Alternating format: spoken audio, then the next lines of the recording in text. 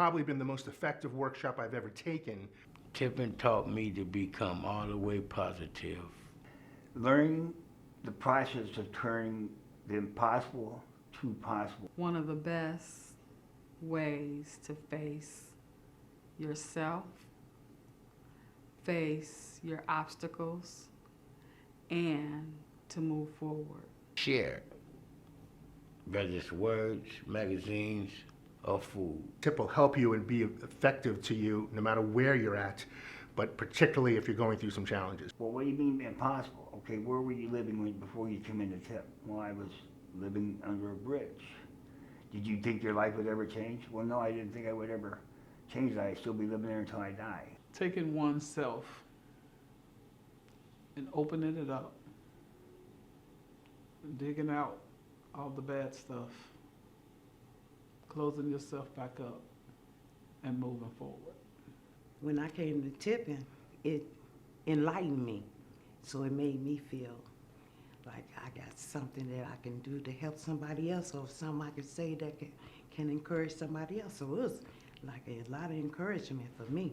I believe it's like a little fellowship of us who want to get better, in agreement of getting better, and encouragement and self-growth and how to believe in yourself. That's what I think it is.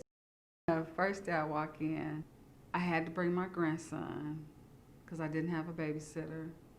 So I was already feeling defeated.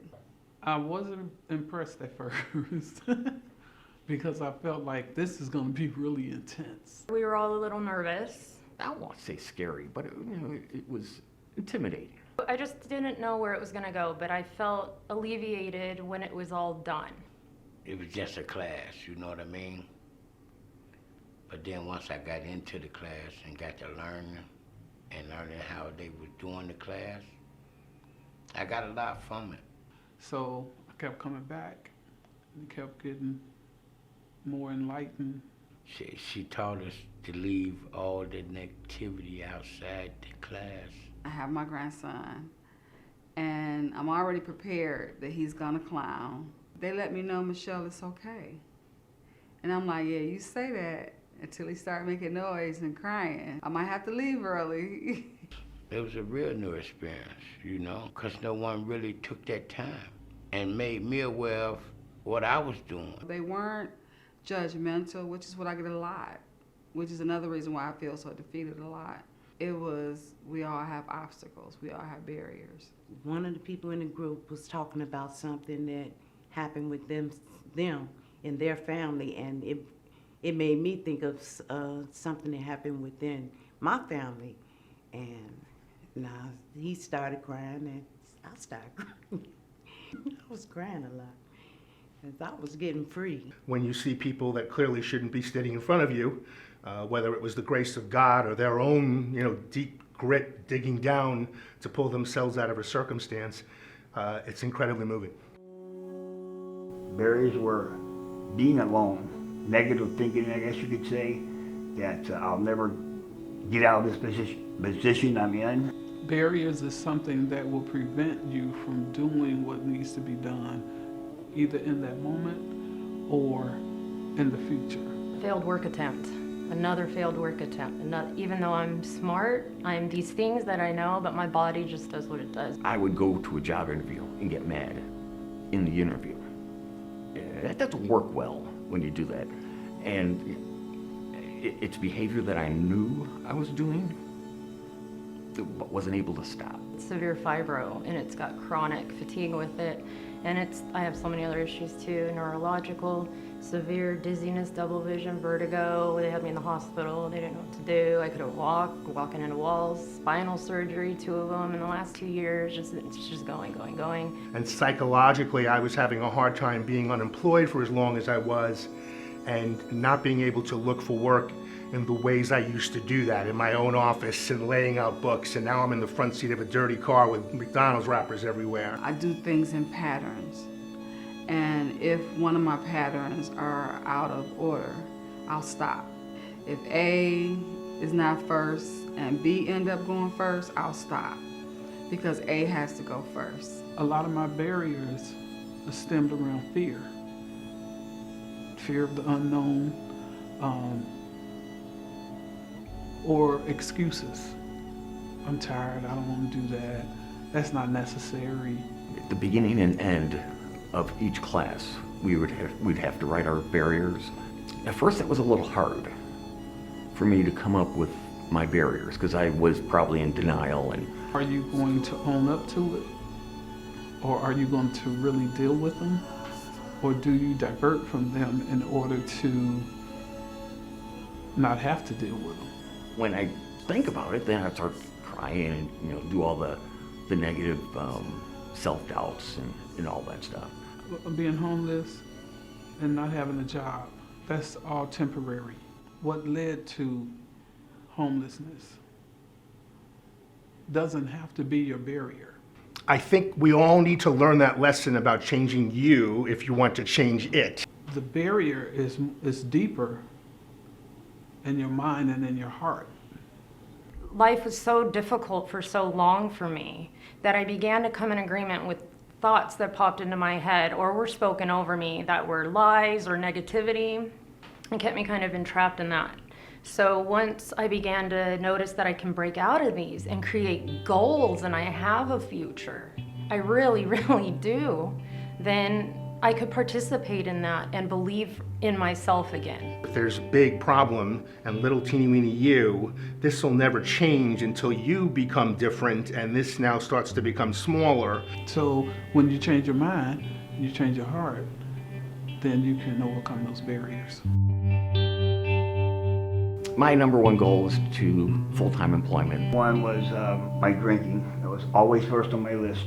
For me, because I have a lot of physical and mental illness, for me, rather than employment, it was how to get healthy so that when it's time for employment, I'm as healthy as I can be. That I would be employed, that I would have a place to live, that I would be married, and that I would have a house one day. It was where you identify your main goals and then you work back to how you would get there, the little steps. This understanding of looking at a problem differently and putting steps in. It just made me feel like I could dream bigger because in the beginning it was kind of I want this and this and then sort of whatever, leading upwards from the small things up to the big things.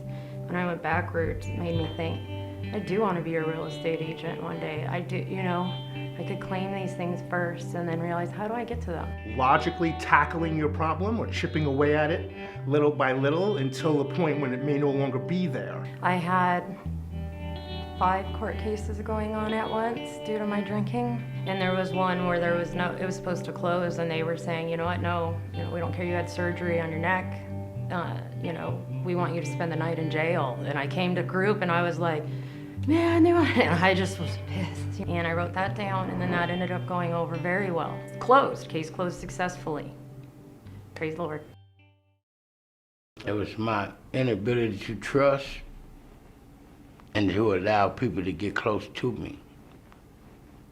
I wasn't trusting of that. I have always been a person that kind of stuffed my feelings. I wear a mask in order to appear that everything's okay. But when I came to TIP, it was something different. Oh gosh, there's just so much greatness in the fellowship because we get along together. There's more brought to the light. It's one thing to remove your own barriers and to be successful and to change the way that you're approaching a problem and have that feeling of empowerment. It's another thing completely to have a first row seat and to watch somebody that has potentially had challenges that have held them back for such a long time, and to see them succeed and to see them dissipate these problems. It's an honor and a privilege, and we all feed off of that. It's like pure oxygen. Just share a little bit the first time, okay, it wasn't so bad. Then you share a little bit more and it kind of builds on itself. It taught me to trust and to love and to hear other people. You don't feel alone, or I know I didn't. Different views on things. Mostly for me, it was not feeling alone. There were other people that felt like me, who were doing the same thing as me or doing even worse than me in some situations and still showing up. You had to pull that mask off and really deal with real change. That's if you want real change. I think when I got into tipping and stuff, the layers of what I had been through already was starting to come off, and that's what I was feeling. So survival skills is what I would tell them. That's what I learned. I was being mean to someone for no reason, just because I wanted to be a mean person. They taught me, they said, you better than that, and you know better than that, so why not do better? I chose to do better. You're not the only one going through. You can give somebody else hope, because they might be going through the same thing you're going through, but they don't know it, you don't know it until you say it. I knew that I did not want to ever find myself in this situation again. And in order for me to do that, I needed to first be honest with myself and then be honest with my classmates. And that's what it took for me.